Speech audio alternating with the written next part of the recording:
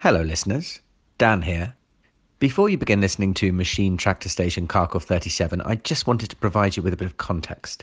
This was one of the first scenarios we recorded for release back at the beginning of this year, and we hadn't quite got to grips with the recording and editing process, so the audio of the first two episodes is of a slightly lower quality than we would wish. However, if you persevere, and we hope you will persevere, I think you'll find that it improves considerably from episode 3 onwards.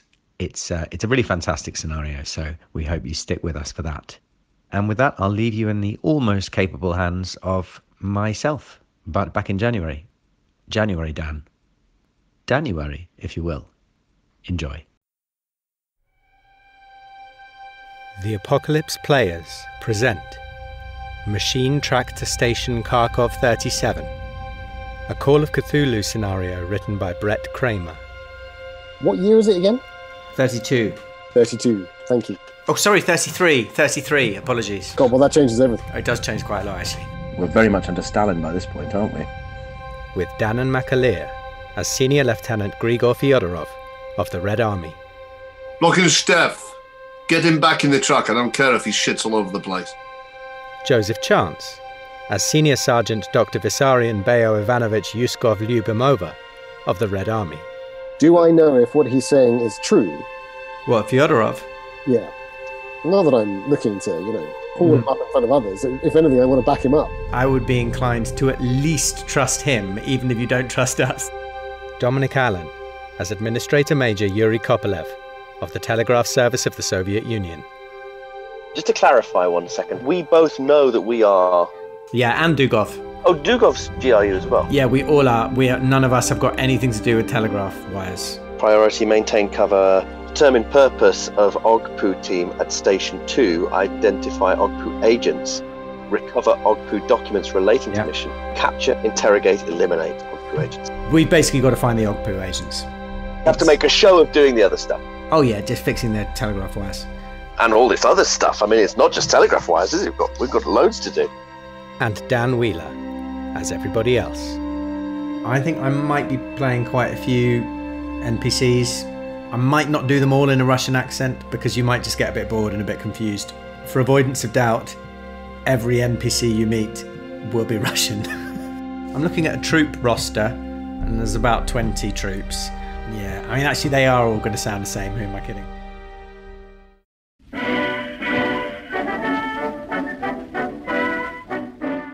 Doctor, your patient still rants about this tractor station.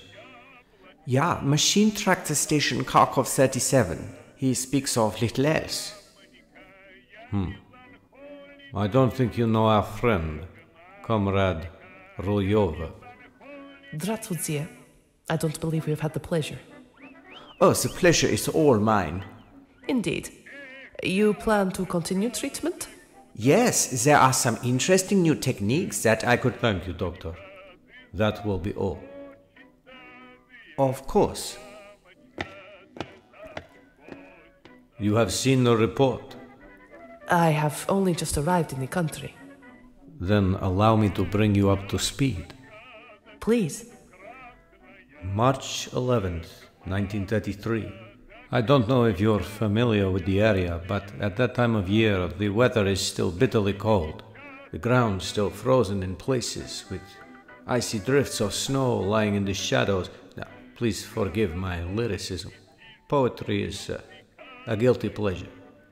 At dawn, 3 agents from the Telegraph Service of the Soviet Union, led by Administrator Major Yuri Kopelev, arrived at Red Army Depot 945. My name is Administrator Major Yuri Kopelev of the Telegraph Agency of the Union of Soviet Socialist Republics. We require your assistance in the matter of the broken lines at Machine Tractor Station Kharkov 37.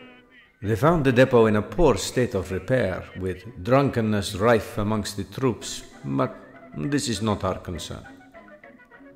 The TASS agents were met by Major Trebiansky, who appeared to be unwell, and delegated responsibility to Lieutenant Grigory Fyodorov. Здравствуйте, Senior Lieutenant Grigory Fyodorov. How can I be of assistance? He was ordered to offer all assistance in the completion of the following tasks, and here I will read from the document. 1. Investigate possible Kulak wreckers at the machine tractor station Kharkov 37. 2. Apprehend or eliminate counter-revolutionaries. 3. Restore telegraph communications. 4. Aid Communist Party representatives in maintaining order and discipline. 5. Promote and expand the collectivization drive. 6. Secure any hoarded surpluses and punish hoarders. 7. Expand the accord between industrial and agricultural laborers. Issued on behalf of the workers, soldiers and farmers of the Telegraph Agency of the Union of Soviet Socialist Republic. It also contains a requisition order for troops as available, transport as needed, 5 spools of telegraph wire, foodstuffs, platoon mess. It takes you a good part of the day to get everything together because half the soldiers are drunk and everything's scattered all over the place. This base has not been kept in a good condition. But in the interest of getting you guys on the road, if that's all right with you, we'll just take it as read that you managed to get everything on the requisition order. You take 2 troop divisions in a couple of trucks, and it's decided that the army doctor, Sergeant Lyubimova, should come along. So let's just bring everyone together at this point. As you 2 sort of Red Army officers come up to the telegraph service agents, if you want to sort of introduce yourselves to each other, prepare yourselves for the journey to the station. I'll describe myself, Tryapanov, pretty sort of weathered, shortly cropped, blonde hair with just a few streaks of grey, covered in scars. There's also quite a lot of tattoos visible, poking out the bottom of the sleeve between where the glove meets the sleeve of my coat and then up my neck. You know, we're all really well wrapped up, but still there's quite a few tattoos visible. He's a big guy. He's quite a scary guy. And do you want to, any of you want to sort of describe roughly what other people see when they look at you? So, Fyodorov is about 5'9", late 40s. He's bald, bad teeth, wears glasses when he needs to read, look at anything close up. He's got sort of scarred hands from sort of near bouts of frostbite, and his face as well is really wrinkled and quite a few scars. He's got a sort of blank stare. Other than that, quite unassuming, I think. He's got quite a hoarse voice from constant smoking out in the cold. Yeah. Yes, Dr. Senior Sergeant Lyubimov walks on over, and I think the first thing that strikes the gathered party is that his hair is slightly longer than regulation, technically, and also that it's white, as is his beard, and his beard is long and full, and were it not inappropriate to be reminded of the reference due to the revolutionary diktats, probably the first thing that you are reminded of is a Russian Orthodox priest, is what he looks like. Although that's sort of comically slightly offset by the fact that he's quite short. He's only 5'5", and he's a man of a certain age. He must be in his mid to late 50s, and he's also quite wide of girth. He's he's carrying a little bit of extra weight. Rasputin mixed with Gandalf. That's what's in it. Exactly. Yeah. It is. And as my entire performance will now be based on that observation. And he says, "Da, comrades, can I be of assistance?" Здравствуйте. And Major, what do we see when we look at you? As you approach the Major, he's 6 foot. He's about 38, sort of average looking. He has brown hair and these pale blue eyes. There's a slightly, he's got quite an intense stare. Most like, he's experienced perhaps some sights in the telegraph business. Oh God, the horror! Yeah. There's a touch of that about it. The sort of look that you think, oh, maybe he's done time. Yeah. Dr. Sergeant Vissarion Ivanovich Yoshkov, Lyubimov. Pleased to make your acquaintance, Major. Please, Comrade Administrator Major Yuri Koplev. So your major is, you treat him often for food poisoning. That's what he says he had. No, I would not say often. The man has a weak constitution, but of course he's a proud member of the Red Army. Perhaps I could fetch you gentlemen some Blochinstev. Would it be possible to get some food for the Administrator Major Yuri Kopolev and his companion Captain Trepanov? That would be very nice. Please. And this is our junior assistant Dugov. There's another telegraph agent with us, by the way. He's just, Comrade Dugov, make yourself present. Dugov, what cat got your tongue? He's just mute. He's very junior and a little bit shy. Comrade Dugov is new. He's new, but we expect great things of him. I'm sure. It's worth saying you have to even climb a telegraph pole. It's worth saying that although the Administrator Major technically is the ranking officer, it's not totally straightforward. Obviously, we're just telegraph agents, and you are sort of proper Red Army, so it's not totally obvious what the dynamic is. Who should be taking orders from who? I think I've sent Lochensteff off to Lochensteff some food, or I guess borscht. Perhaps some lard. Go. So, I understand it's quite a long drive to the machine tractor station. Is that right? 10 hours, something like that. Well, it depends if we make good time. It depends how the condition of the roads. Do you get out there much? Have you been to check on the situation yourself? No. The snow has been very heavy recently, and well, we haven't been out there in a few months. Do I know if what he's saying is true, or is he just spinning a very good excuse as to why we wouldn't have been out there? What, Fyodorov? Yeah. Not that I'm looking to, pull him up in front of others. If anything, I want to back him up, but I would be inclined to at least trust him, even if you don't trust us. I totally trust him, but I mean, it's rather. I see. I think previous circumstances coming into this. My feeling is that this Priviansky is actually quite often out of sorts with drinking too much, and we probably haven't been down there in a while, maybe due to just drunkenness and laziness. But either way, I'm not going to say that. I'm just going to say the snows have been bad. Yeah. So I'm checking with the Commissar of the Party Law, and we haven't been there before. No, or certainly not recently. It's a long way away, actually. I mean, I think it's going to be it's going to be a long old drive. There's no reason why you would go out there. It's just a tractor station in the middle of a bunch of collective farms. What they're called kolkhozes or something. Are you doing your Peruvian accent? I'm doing my Peruvian. Kolkhozes. So they're like collective farms. It's it's very rural out here. I don't think you've been there. Just checking. Thank you. What time of day is this, Commissar? I think the agents arrived in the morning. It's maybe taken a couple of hours to get everything going. Maybe some food has arrived now. You've had a bite to eat, and probably it's sort of early afternoon, but you might be sort of ready to set off now. Perfect. Well, I'll break out my liter of vodka and I'll pour all of the officers present a shot. Oh, very, very kind.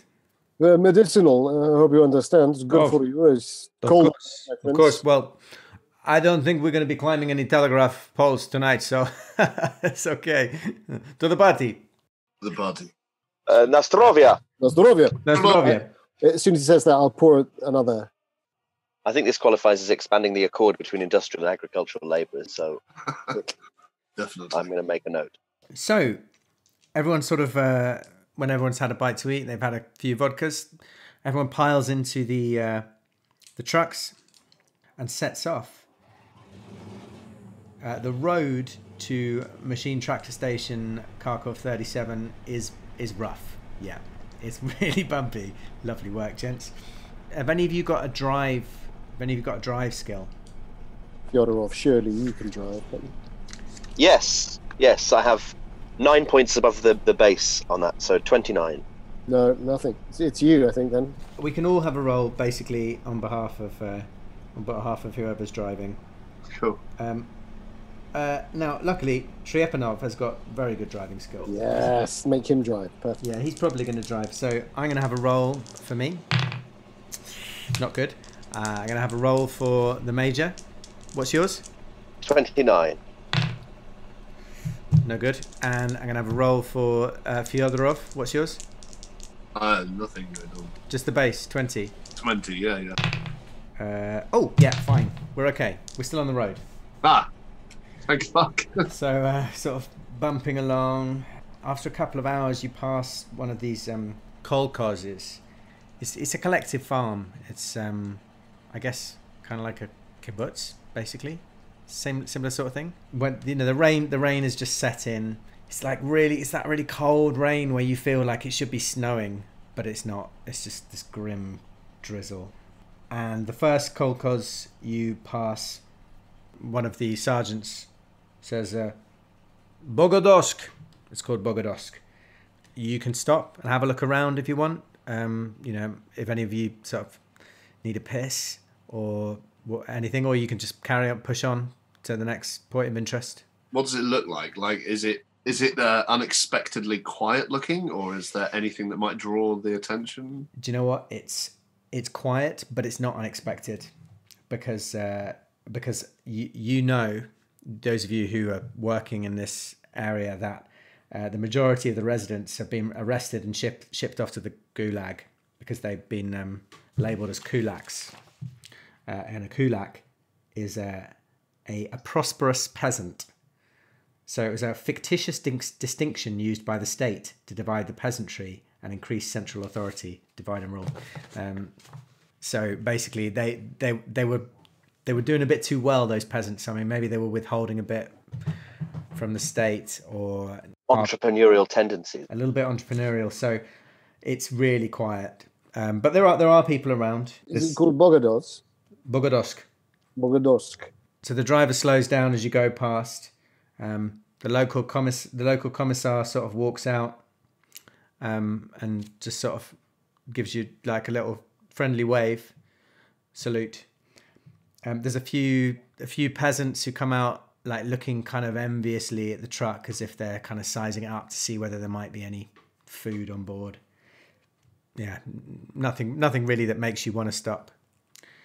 Do we slow down, or do we just keep pressing forward, Lieutenant? Press on. Yeah, you press on, and the rain's still coming down. Can I have another little drive auto check from everyone? Oh, I'll just do it all for you all. Great. So Triepanov has passed, so it's fine. You keep on going. Are we all in one vehicle, the four of us? So basically, let me explain how the trucks are set up. So there's the front, the sort of cab, has room for about 3 people at a squeeze, or 2 comfortably, and then the back has room for like a dozen soldiers just under a tarp. So I think probably the 4 of us are in the cabs, being the most senior. So unless anyone has any objection, I sort of assume that the 2 Red Army officers are in a cab together, maybe in the front truck. Yeah. And then the major and the captain are in the one behind. So we'll just be led by you. We don't know the way to the station, so we're just following your lead. And is a squad a dozen men then? Yeah, I think they're not quite a dozen. I think probably a lot of people are... they should be a dozen. Yeah, there's a lot of food poisoning going around. And actually, even the people who aren't drunk, there is dysentery in the party. You begin to notice that there's a little bit of farting going on in the back of the trucks. And you come up near to the sort of second kolkhoz, and you hear a bang on the cab from the truck. Pull over! I think someone needs to get out and throw up or have a shit. So you could pull over here by the kolkhoz, or you could pull off a little bit somewhere a bit quieter, whatever. Pull over here. We check Okay. on them, make sure they're not eating each other. So not again. So you pull up, and you all sort of climb out to stretch your legs. You've been on the road for about 4 hours now, and it is a bumpy old road. You've got like sore bums. I'm not surprised he needs a shit. And there's a few peasants start sort of wandering up to the trucks, just kind of curiously sort of ambling, these, you know, emaciated peasants just kind of sizing you up. I get my pipe out, start filling it, light it. I just say, fuck off now, fuck off. As they may or may not be responding to that, do any of them look like they were slightly closer than the others?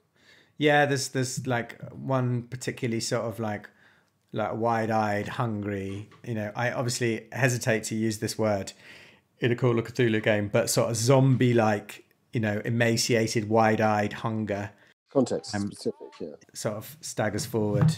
I lean on my Tulamash Nagant M1895 revolver. And he sort of eyes up the gun and backs off a little bit. And I say, "You there? All well here?" I do cast my eye back to the major to see what the major's looking at. Just very hungry. Mm. Can one of you give me an intelligence roll? I could do an intelligence roll. I must be intelligent. I must be intelligent. I'll do an intelligent roll for the administrator major. I got a 30. Okay, so you passed. So what you observe is that there would normally be, you know, in the last Kolkhoz, there was a like a local commissar who came out and greeted you. In this one, there doesn't appear to be any Communist Party officials.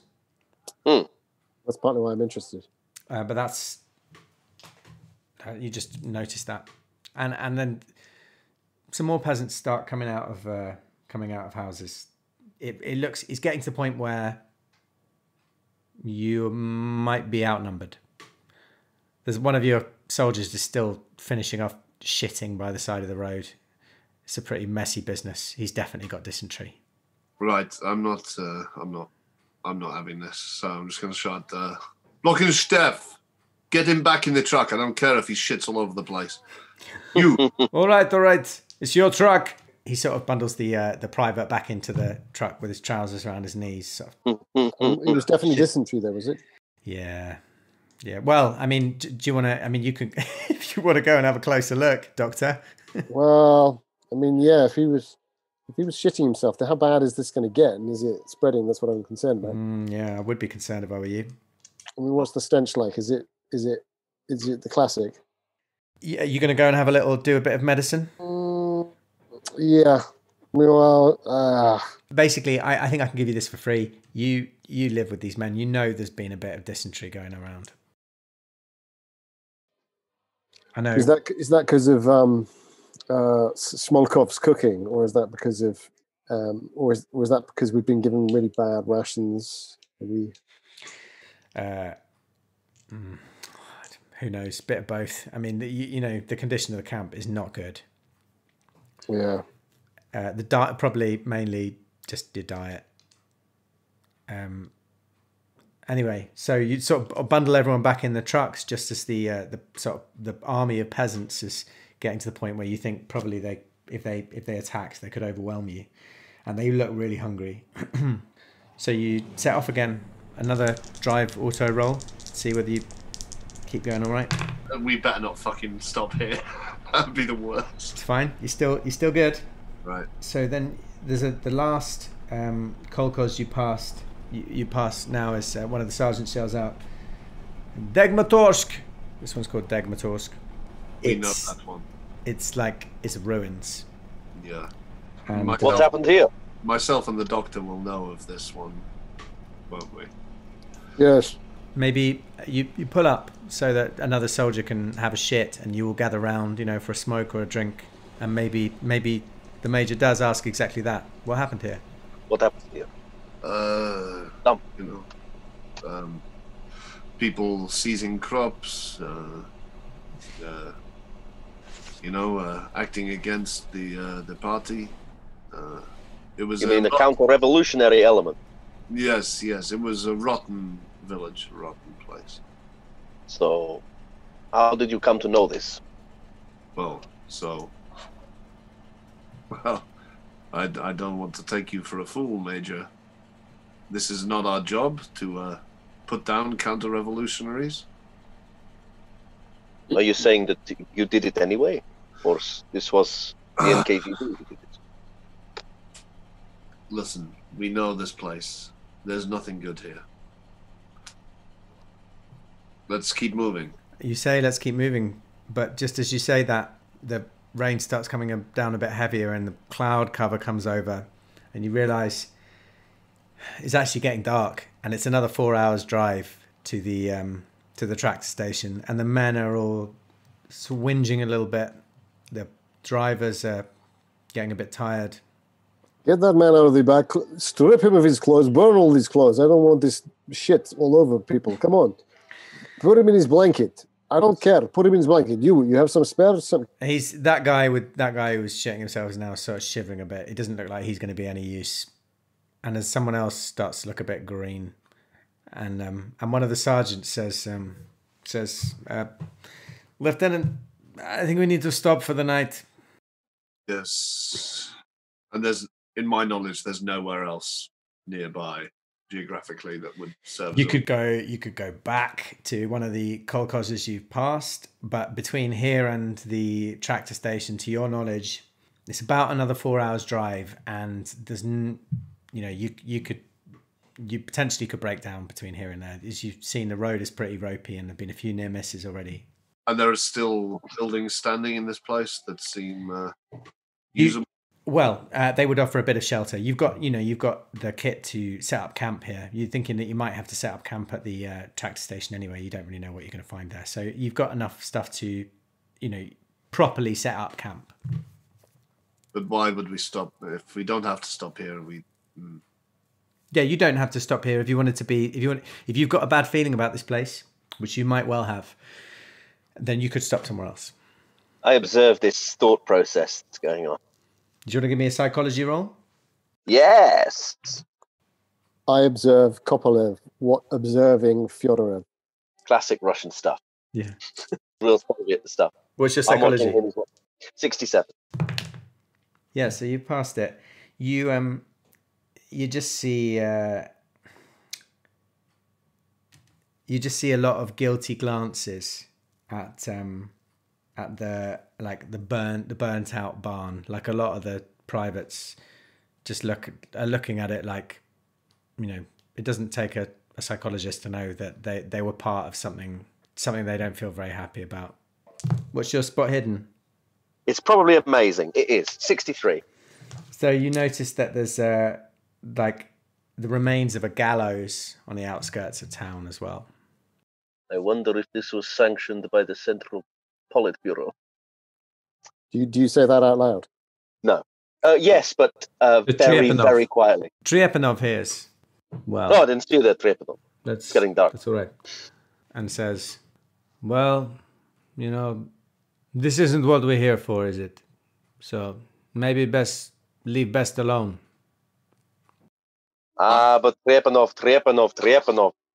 You forget our orders, which are to apprehend and eliminate counter-revolutionaries.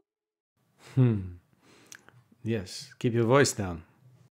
While this is going on, I've decided we are going to camp here. But I'll give the order to let it in the lee of whatever the nearest building is that looks like it would offer enough shelter. Not to go deep into the.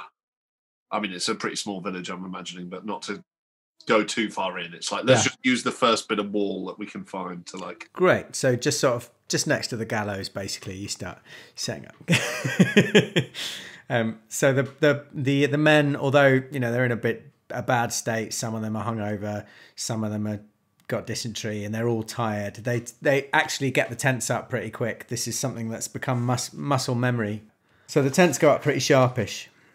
A few of the soldiers are sort of digging a latrine. I think they realise that the disease that's going around, they do need to be a little bit careful about not just shitting anywhere. The guys who are driving spend a few hours examining the trucks, just checking them out for any damage from the rough roads. You can have a little bit of downtime, maybe a bite to eat before you turn in. If I presume I'm sharing a tent with Trepanov. Yeah, and Dugov. I say to Dugov, make sure that the tent is dry, yes? We do not want to get stuck in the mud. He pulls the guy ropes. Bing, bing, bing, bing. It's good. Good. And Trepanov, may I have a word with you privately? Of course. So I walk a short distance away and say, what I say to him is, they were very cagey about that farm, and I think we've got one of two options. Either we wait for them to be asleep, and the two of us go and investigate. And we leave Dukov behind to cover for us. If we get discovered, they say, oh, they had the shits. Yes, I like it. I like it. Okay, so at the dead of night, you want to... I think that's a very, very good idea. Let's do that. We'll brief Dukov what he needs to know. Okay, so they can come back, right? Yeah. Oh, yes, those telegraph wires are not going to fix themselves. Oh, I say, as I walk back towards the camp, I go, oh, I think this... I don't know if the food is bad or if there is something catching, but my stomach is killing me. I'm getting cramps. Okay. So while this conversation was going on, the doctor just went for a little walk, and could you give me a retrospective listen roll? Yes, thank you. Oh my goodness. I'm just going to check to see what my luck is. No, I'd have to spend 10 luck to pass. I'll save it for later. So you heard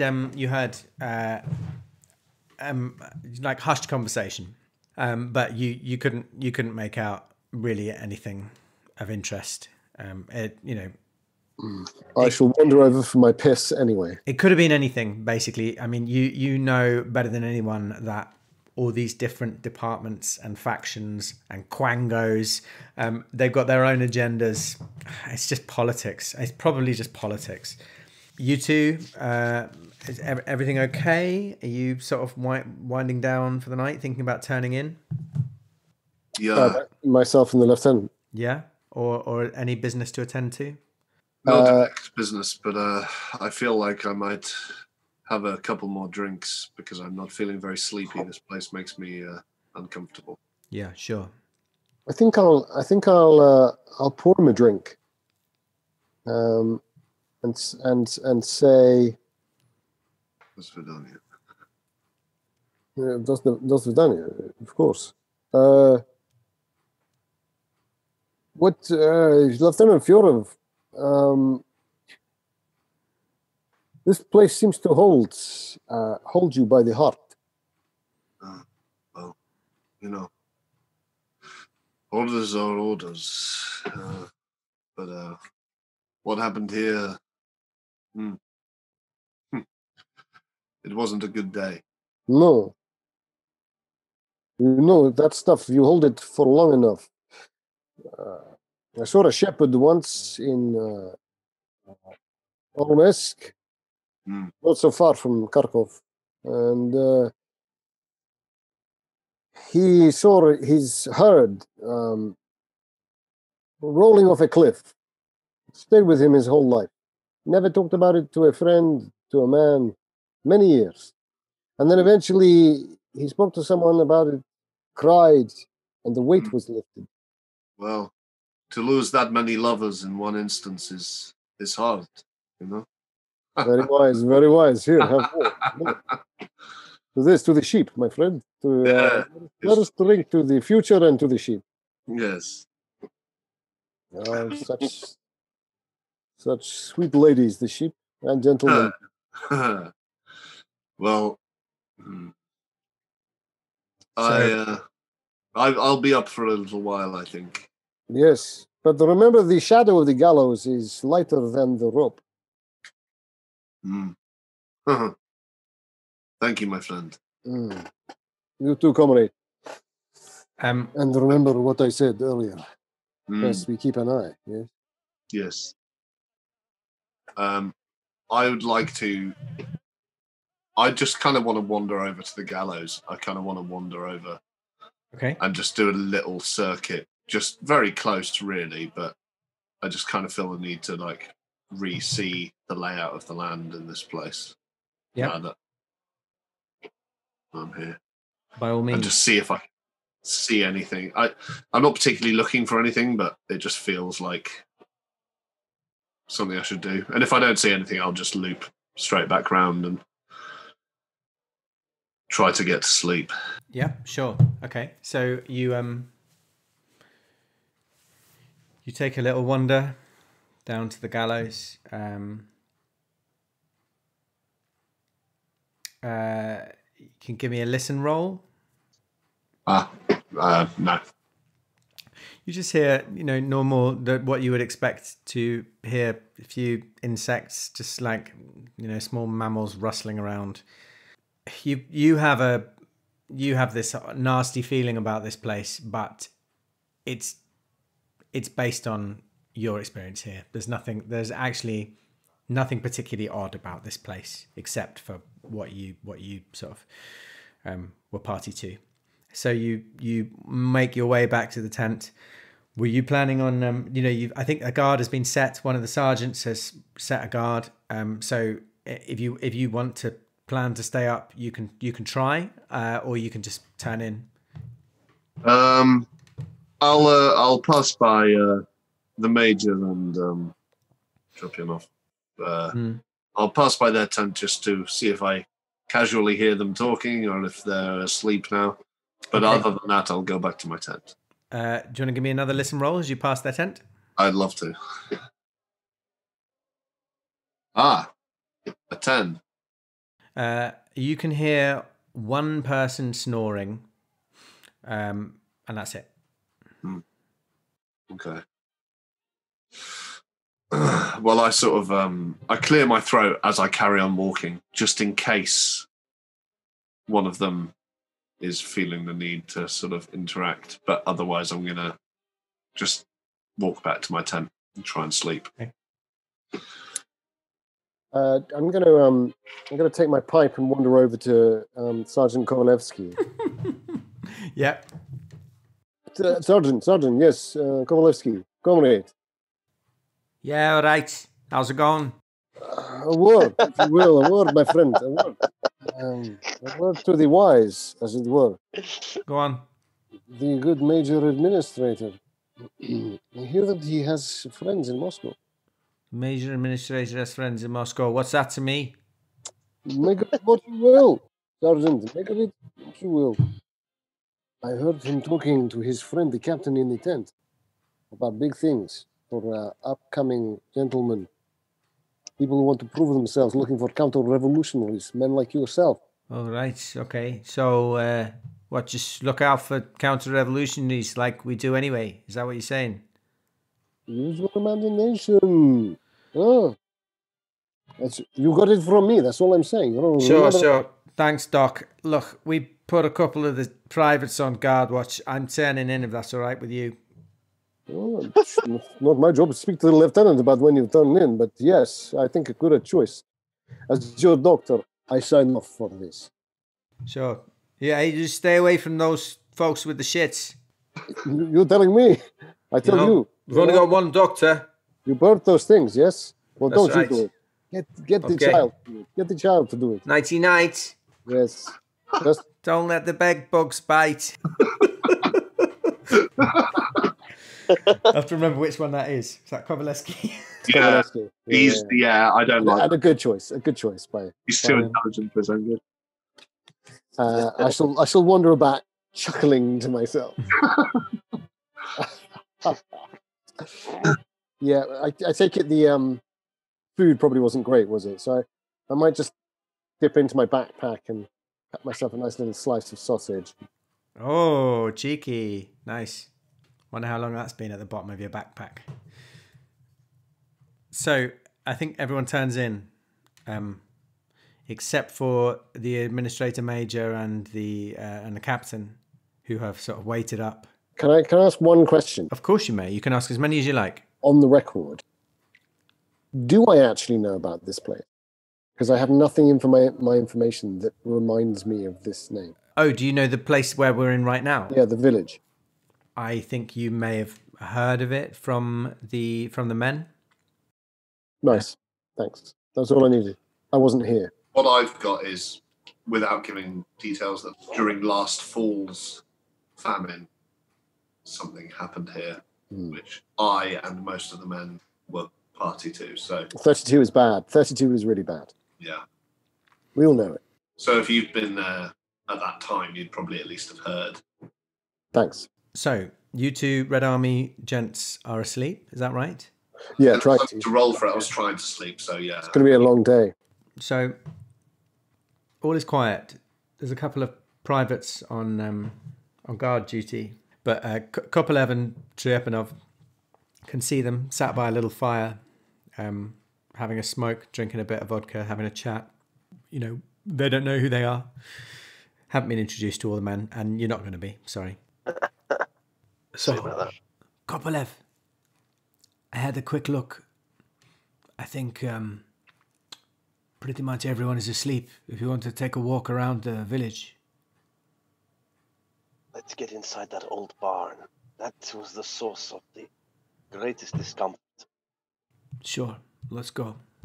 To the bottom of this. So, you sort of unzip the tent. Dugov, wake up. Keep watch. We're going out for a walk. We maybe some time. So we have a little wander over towards the ruins of the town. Are you looking for anything in particular? Maybe not in particular, but I definitely want to go in the barn. That's a priority. Okay. Just because that psychology roll suggested that there was something going on. Okay, go inside. I mean, it's the ruins of a barn, but yeah, we can go over to, yeah. So wander over there. Trying to determine what happened in here. Mm-hmm. If it's burned down, or there's gunfire, or there's any loose bits of rope. Check the beams. It looks like it's been burnt. So just as you step inside, Red Army gents, could you give me a listen roll? I know you're asleep. Yeah. Just to find out whether you hear what we hear. I passed. It's a 0-5. Oh, I got 10. Commissar. I got a 10, so I passed. So everyone, you were woken up to, and just as we step inside the barn, everyone hears a rifle shot. My pistol's drawn immediately. And mine. Did you hear that? Yeah. Where did it come from? The camp? Sounded like the camp. Should we head back or let them sort it out amongst themselves? Let them. It will have woken some of them, so best we keep our distance for now. All right. Da. We'll pick our way back through the village and come by a circuitous route. Okay, so we start making our way the long way round. Meanwhile, you two who heard the rifle shot in camp, are you up? Up in a shot, yeah. Okay. I'm still lying down. Lieutenant, what was you doing? Didn't you hear? It's a gun. It's firing off rounds. Sure, but you want to get killed? So while you're having this conversation, you hear some shouting. You hear Blockenstev, Sergeant Blockenstev, sort of shouting to Yuzlek. I think we will meet all the soldiers, I think maybe you will. Saying, "What the hell do you think you're doing? Firing off a shot like this? People are trying to sleep." And Yuzlek's like, "You don't understand. You don't understand." This kind of commotion you can hear coming from the camp.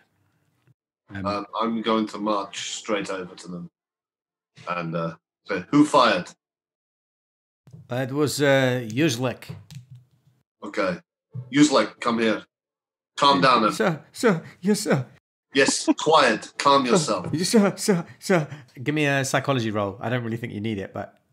Yes, I succeed. So, Yuzlek looks visibly, seriously shaken. Like he's experienced something pretty horrific. While you're there, give me an intelligence roll. Yeah. And is the doctor there yet, or are you still? Yeah, I'm just pulling my jacket on and coming through. Extreme success. Extreme success. Okay, so there should be 2 guards on duty. Yeah. So the other one should be Zhubenko. Right. So I'm going to say to him, "Where's Zhubenko?" He's over there. And you sort of follow his finger and you see Zhubenko vomiting, just sort of a few feet away, just vomiting into the dirt, really dry heaving, actually. Looks like he's brought everything up. Bale, doctor, see to him. I mean, at a glance, this isn't dysentery, right? This is... It doesn't look like it's dysentery to you. It looks like a... Shock reactions. Yeah, possibly, yeah. Something like that. I'll go towards him, but I will I'll unclip the holster of my... It's that classic front-facing holster. I'll unclip the 1895, the M1895. Meanwhile, I'm also turning I'll just curse under my breath and say, "Damn it, I'm so much better with my rifle." I turn back to this guy and say, "What is it? Why did you fire? What did you see?" I saw. We've been short of food, and I thought I heard a rabbit.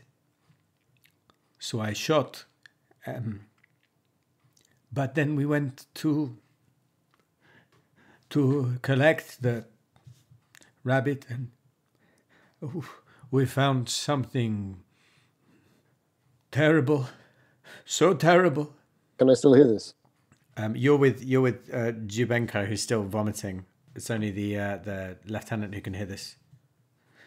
So it is an abomination. What do you mean? I can't explain. Where? I will show you. I will show you. Let's have a look at it. And he leads you. If you follow, you're following him. Yeah. In fact, I might say, Chef, with me. Sir, show us.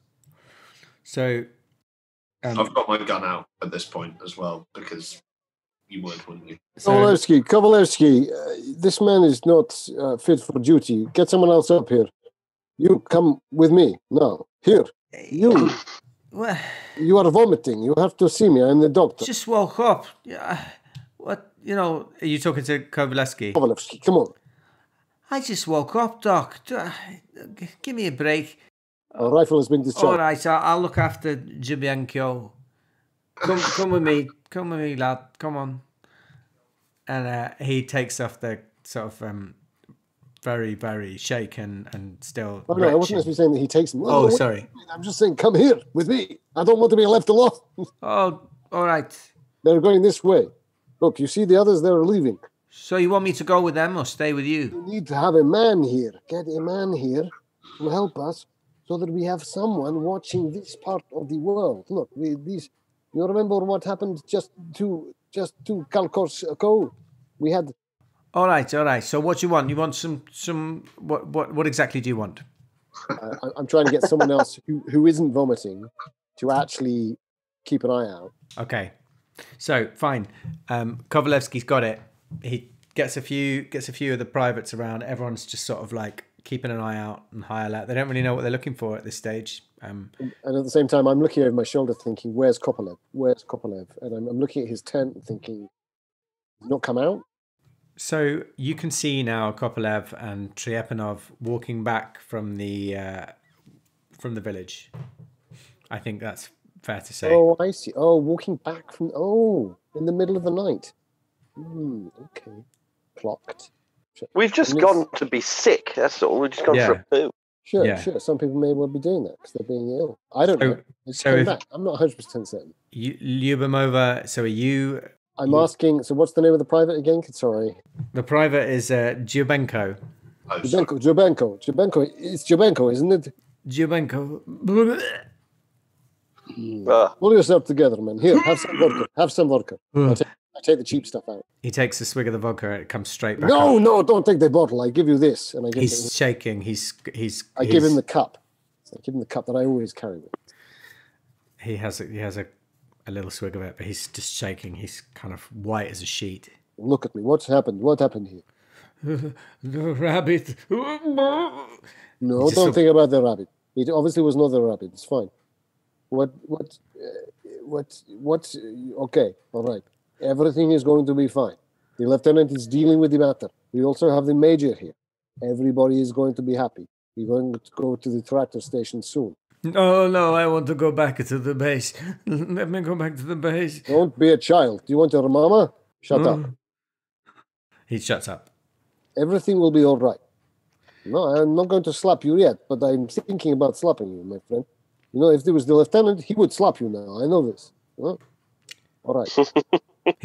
You've somehow managed to, I don't quite know how, but you've managed to calm him down. He's sort of collected himself.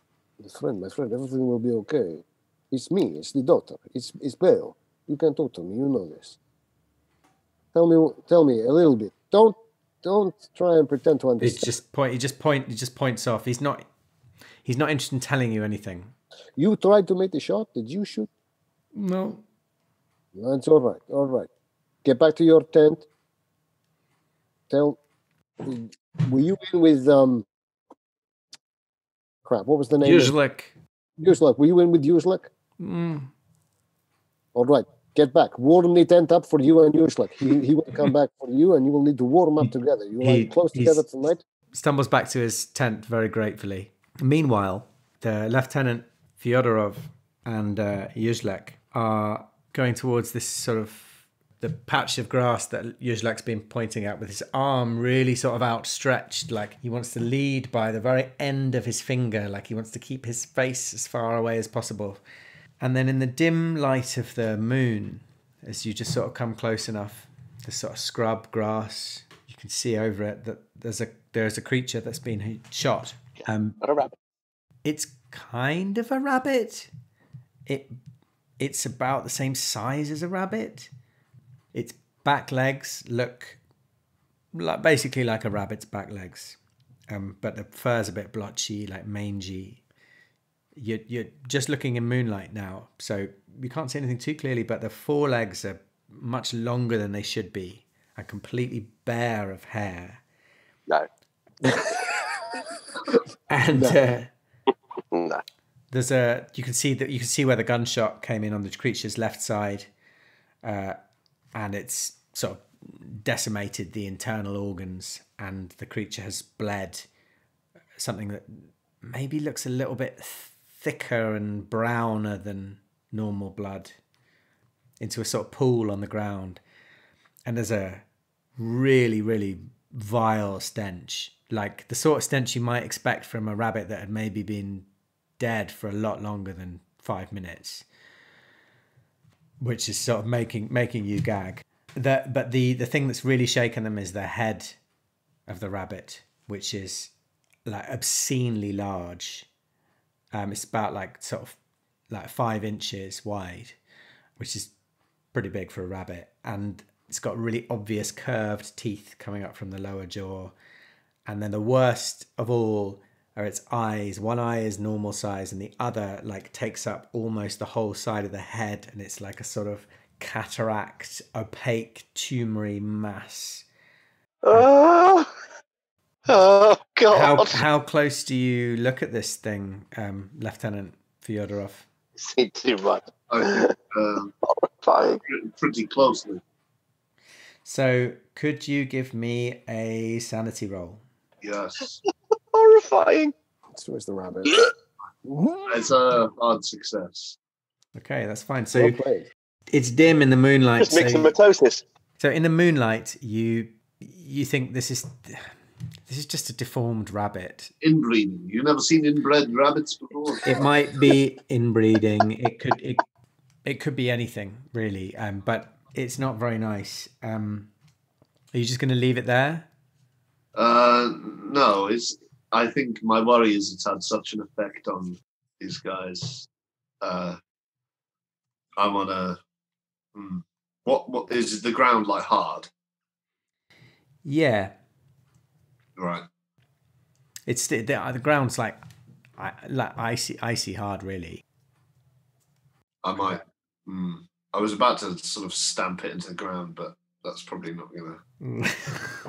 I might just if there's a rock or something I can kick up, or just a bit of earth nearby to sort of like lump on top of it, just to hide it from view, so no other shitting soldiers accidentally get a fright.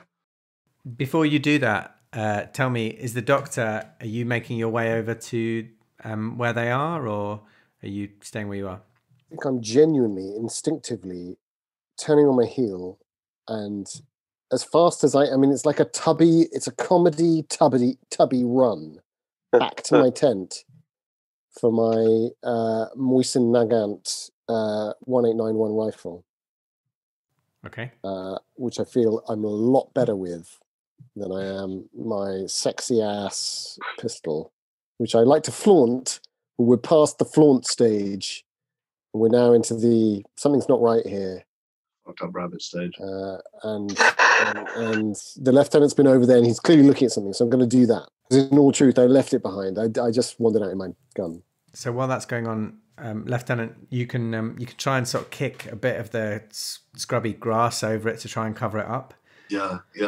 Anything. If it looks like it's going to take too long, I'll just tell him to get over it and move back to the camp. Yeah. So Yuzlek, he doesn't want to go. He doesn't want to go close to it, to be honest. I might go up to him, in fact, instead. Like, I'll kick a bit of the earth, but it's a bit too hard, and I'm just going to go up to him and say, "Listen, it's a mutation. I've seen things like this before. It's very horrific. I see why it frightened you. Duh. It's just inbred. It's just a mutation. Duh. He's okay. He wasn't as bad as Jomenko. He's calmed down quite a lot. I think weirdly, seeing it's just as horrific as he remembered, but it's a physical thing and it's dead. It's dead. You could sort of see the whiskers like twitching a little bit, but like the last little sort of death twitches, and they've now pretty much stopped. So if you don't want to look at it any closer, then you can make your way back to the camp. I'll bring him back to the camp. Kopolev, where are you at this point? So as soon as they can sort of see me, I've already drawn my pistol, so I'm going to come running sort of with a concerned expression. And the first soldier I see, I'll say, "What is happening? I went for a shit and I hear a gunshot." It's Kovalevsky who says, "Oh, some of the men shot some kind of rabbit monster, freaked them out a bit." Word travels fast. What do you mean, rabbit monster? I don't know. I haven't had a good look. Show me this thing. Where are they? I don't know. It's over there. You see where those folks were just coming back from. I'm going back to bed. And he sort of points off in the direction of the rabbit. I say, just as he gets towards his tent, I say, "What was your name again?" Kovalevsky, sir. Just checking. Yeah, I go over. I jog in a very athletic way. It would great in a film. Yeah. In which case, if he's jogging over to the rabbit, I imagine him and the doctor are going to meet on the way back. So in which case, I'm just going to send off the private back to the camp. In the film, I'm played by Fassbender. Sure, that helps. I'm played by Brian Cox, not the physicist. Nice. I'm played by what's the guy? The good Lawrence Fox. Oh, is there such a man? We've been looking for him. Yeah. He's like same casting as Lawrence Fox, but he's good. He's like Chris Marshall, but attractive. He's like he was in Wimbledon. Oh yeah, Paul Bettany. Paul Bettany. Yeah. Oh, love Bettany. Yeah. Great choice. I'm played by Paul Bettany. Wow, we're a stellar cast, guys. We're a stellar cast. I'm played by Neil Maskell. Anyone know? I'm going to have to look him up. In the meantime, so do we all come together? Do we just? I think in a brief moment of a beautiful. I'm trotting. I am trotting out fast. Although I went back for my rifle, I'm not wasting any time. Trepanov says, "Lieutenant Fyodorov, what is all the commotion? We both felt a bit unwell, and then we heard a shot." I see. Well, you know as much as me in that case. Probably one of the men was hunting rabbits. He saw one, he took the shot, but then he got scared because it looked strange. It's mutated. It's over there in the brush. Let's have a look. Do you really want to have a look at a mutated rabbit, Major? Yes. He was vomiting because he saw a rabbit that was new. Listen, it's very... Grigor, I mean, Fyodor. I shoot Trepanov a look with my kind of slightly intense stare. Say, I shoot Trepanov. Yes, I need to look. All right. I take my gun out. We have a look. Right, it's over here. I think I'm stunned into silence by this stare. This intense... Fassbender stare. This glacial stare. And I'm just watching him as he approaches, thinking, is this wise? So who's having a look now? I've gone back over with them, sort of like, well, I'll show you. I will hang back while the three of them look. I don't know what's going on here. I'm gonna track the horizon of what I can see of it. Got the rifle wrapped with this. I'm wrapping the what's it called? The strap around my left hand, and I'm only really accompanying scanning. I need to know what sort of problem they're going to be for me, because it's quite clear they're not behaving properly. Yeah. But for their mission, so. Well, there it is. Major Kopelev, do you go over and have a look at the rabbit? Yes. Are you looking just in the light of the moon, or do you want to have a closer look? Do you want to sort of pick it up and take it away with you? What are you just having a glance to see what everyone was looking at this stage? At this stage, just having a glance. I'm just seeing if I've got a light source on me. Oh, I've got a box of matches. I'll light a match. Okay, so you light a match, and in the match light, you see what everyone else has seen. But because you sort of have to take your match a bit closer to see it, you realise that that there's another set of deformed legs behind the front legs. So it's like got 3 sets. It's got 6 legs. Fuck's sake. So can I have a sanity roll, please? In Locust Funny. Yes, if you'd like to roll for me. Yeah, I'd love to. What's your sanity? 71. You're fine. That's no sanity lost. In which case, I'd like to follow this up, if I can. Yeah. With a Cthulhu Mythos roll. Okay. In one-shot territory, he knows it. What's your Cthulhu Mythos? I know what your Cthulhu Mythos is. Yeah, no good. This is. How badly did I roll there? You rolled 35. Ooh, nice. Ooh, he's thinking. He's going to burn it. I'm tempted. I don't even see my luck. Do I have luck? I would suggest that you might have other opportunities to. Yeah, I guess. Yeah, okay then. But I would like to remind you. In fact, Trepanov would like to remind you, because he has a peer up your shoulder, but he really doesn't want to look too closely, and he says, you know who might be able to tell us a bit more about this? I look at him. Dugov? Dugov? Well, he's a medic. So is the doctor here. Well, yeah, you want to tell the doctor what to do? You want to tell the doctor to get his scalpel out and cut it up right here? Well, not sure we'll be telling the doctor to do anything. This is sotto voce. I think. Is there anything on the horizon while I'm scanning? Is there anything? While you're scanning the horizon, it's just bleak. It's a very bleak landscape. There's nothing obvious, nothing moving. I turn around to Fyodorov and say, Comrade Senior Lieutenant Grigor Fyodorov. I am obligated by the I am obligated. One moment, I have the paperwork. I have the relevant papers. I'm sure you do. I am obligated by the I roll my eyes.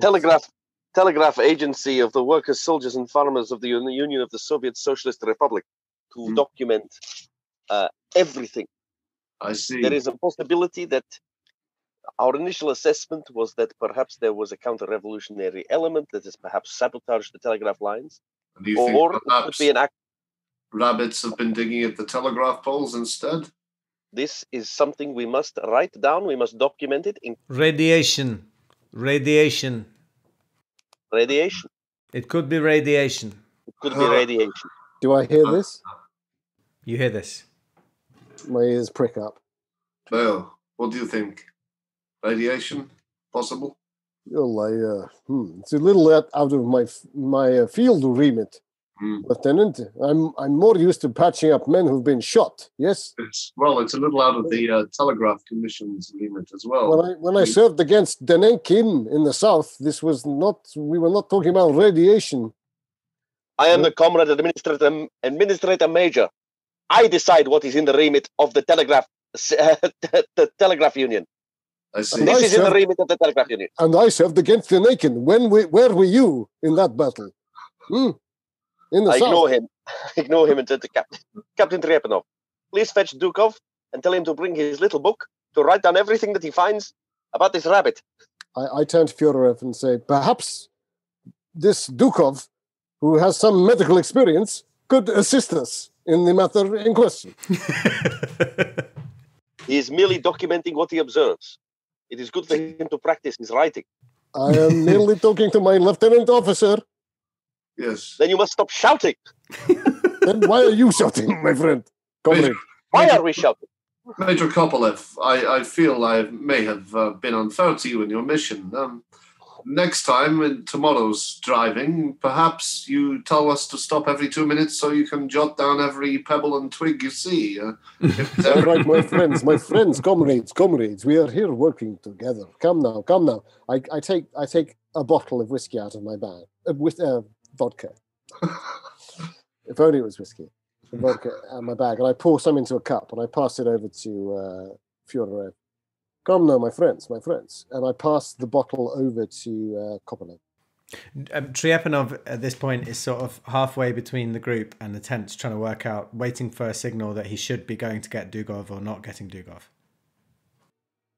I pour a bit of vodka on the ground, and I say, that is for the people who clearly lost their lives here, possibly from radiation. And then I give a little nod to Trepanov. Okay, he trots take off. a swig, pass it on. I take the bottle back. I'm not arguing further. I think I've made my point. Oh, you've made your point. I take a swig and then I go over to the rabbit. It's still, just to remind you, it's still the middle of the night, and you hear a cheeky private from one of the tents yell, "Shut up!"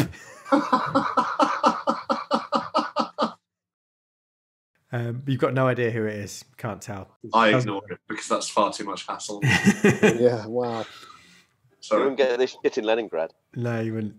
So Trepanov and Dugov come trotting back. Dugov's got his little bag of equipment. In the meantime, I'm going over to the rabbit. Okay. Do you want to have a look at it? Yeah. I've taken a hefty swig of the vodka before. That's not going to help you. So you look down and you see what everyone else sees, but your medical knowledge also shows you that you can't. It's very odd. You feel like you should be able to tell what sex the rabbit is, and you can't. You've got no idea what sex it is. Can I have a sanity roll, please? Oh, 22. Yes, I have passed. Okay, so you're all doing pretty well. It's the moonlight, you see. It's the moonlight.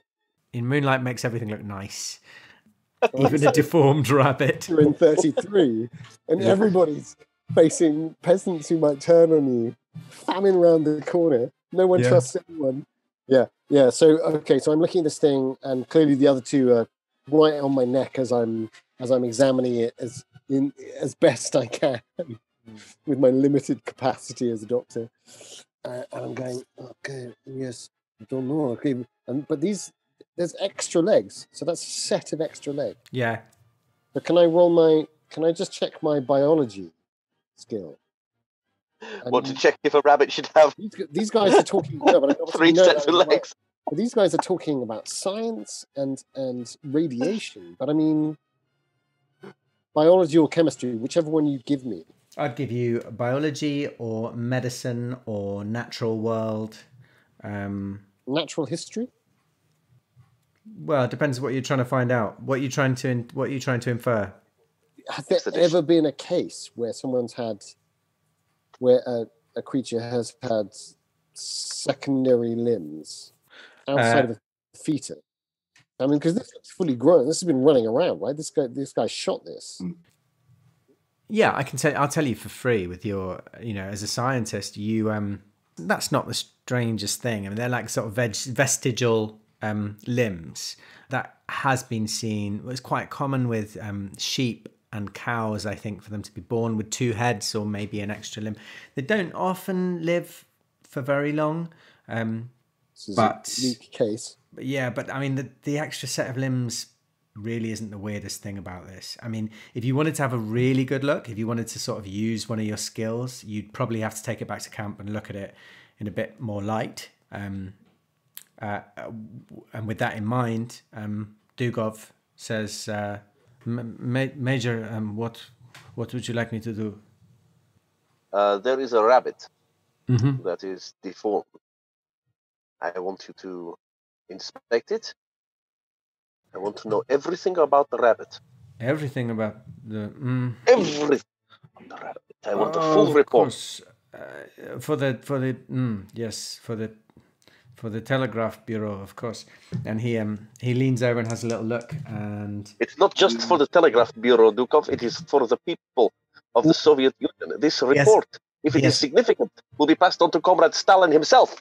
Dugov has one little look at it and gags. I mean, he's young and he hasn't seen much in the way of death and disease so far. And he loses 1 point of sanity. I slap him on the back and say, "Welcome to the Telegraph Union, son."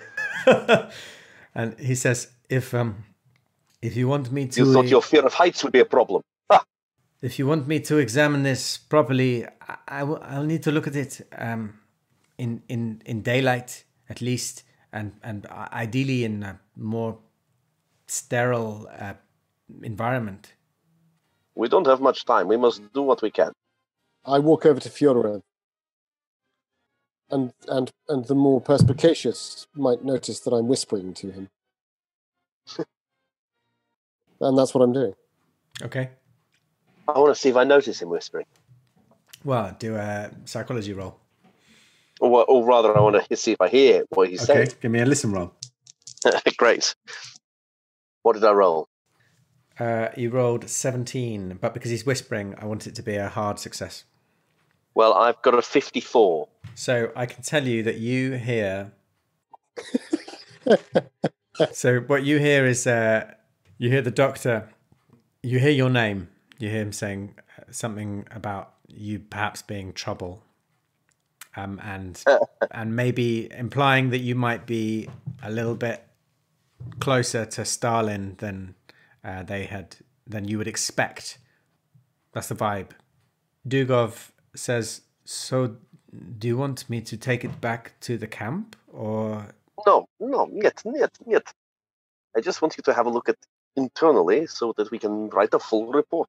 I'll light matches for you. We have to do it here. I do not want to take this with us. So he leans down, has a look, and he gets out his little book and he starts making notes, and he's gagging, and he makes notes about the forelegs and the being abnormally long and the extra set of legs, about the blood being dark and thick, about the indeterminate sex, makes a note about the teeth, the huge eye. He does a sort of sketch of the eye. He can't really tell anything more than that, even with the matchlight. All right. When he's finished, I say, "So, Dukov, I ask you this question. You've done your initial assessment. Do you think it is worth taking it with us for you to do a fuller assessment, or should we move on?" To me, it looks like a deformed rabbit. I don't know. I mean, maybe should we sleep on it? I don't want to be anywhere near it. No, you misunderstand me. Should we get some sleep and see what we think would be best to do in the morning? Have a quick look in the morning. But yes, if you're satisfied that it is merely a deformed rabbit, then we can move on. I don't think a deformed rabbit will be affecting the telegraph poles. It seems unlikely. So Tryapanov and Dugov start making their way back to the tent. Administrator Major, Comrade Administrator Major Yuri Yukopolev. Yes. Yes, Comrade Dr. Sergeant Vissarion Beo Lubimova. Forgive me, but I can't help but notice that you are taking great interest in this specimen. I believe it could be worth a great deal to Moscow. Should we not preserve it and transport it back? Dukov will handle that. Very well. Transport it back Very to well. where? Moscow? Why would Moscow want a deformed rabbit? It is a remarkable specimen, is it not? I say, almost looking to Dugov, but at the same time, keeping Kopolev. My interest is only whether it is affecting or affected by the telegraph poles. Oh, very well. Very well. I am not an anthropologist, an archaeologist, a paleontologist, whatever the ologist that looks after dead rabbits that are strange. Cryptologist. A mixologist. Mixologist. Very good. Very, very I was good. going to say necrolaparologist, but fair enough. That's the one. Much better. That's the one. Actually, Very good. Yes, of course, Major. But, so if you want to keep the rabbit, if you want to bring it with us, then I will not object. I think it might be worth a number of rubles. You mean you wish to exploit the discovery for private gain? That is what I'm saying. I'm saying that it might be worth a number of rubles. To the people? Yes, of course. It is the people's deformed rabbit, Dr. Sergeant Vistarion, Lubimova. As I understand it, yes. I'm going to walk over at this point and just be like, so, what do you want? Do you want political correctness. What? You want us to put it in a box, or? It seems the doctor has taken an interest in putting it in a box, yes. Excellent. I think we can safely assume that it is nothing to do with the telegraph poles at this stage. Blotchy and Steph, bring some men up and make this, make sure that the corpse of this rabbit is preserved for the glory of the party. Oh, he wanders up and says, "Oh, I don't think the men would want this taken with us." Well, it's fine. They don't need to know. Just put it in the box. All right. And he finds an empty ammunition case, and he looks reluctant to move it himself. He sort of stands there. I'll walk over and just pick it up. Wow. Okay, great. And like, if nothing happens, I want to just walk over, hold my breath, pick it up by the scruff of its fucking neck, and deposit it in the ammo box. Fine. And then just say to Blockenchef, "What are you worried about? You want me to call your grandmother for you?" No. It's a rabbit. No. Thank you. I'm sorry. And he picks up the ammunition case and carries it sort of like at arm's length over back to the tents. Now, the hand that you touched that rabbit with, even like just hanging at the end of your arm, you can smell the stench is on your hand. I'll wipe it on the grass in the snow if there's snow there. Yeah, there's snow there. The stench is sort of gone, but it's still kind of there. Anyway, Bale.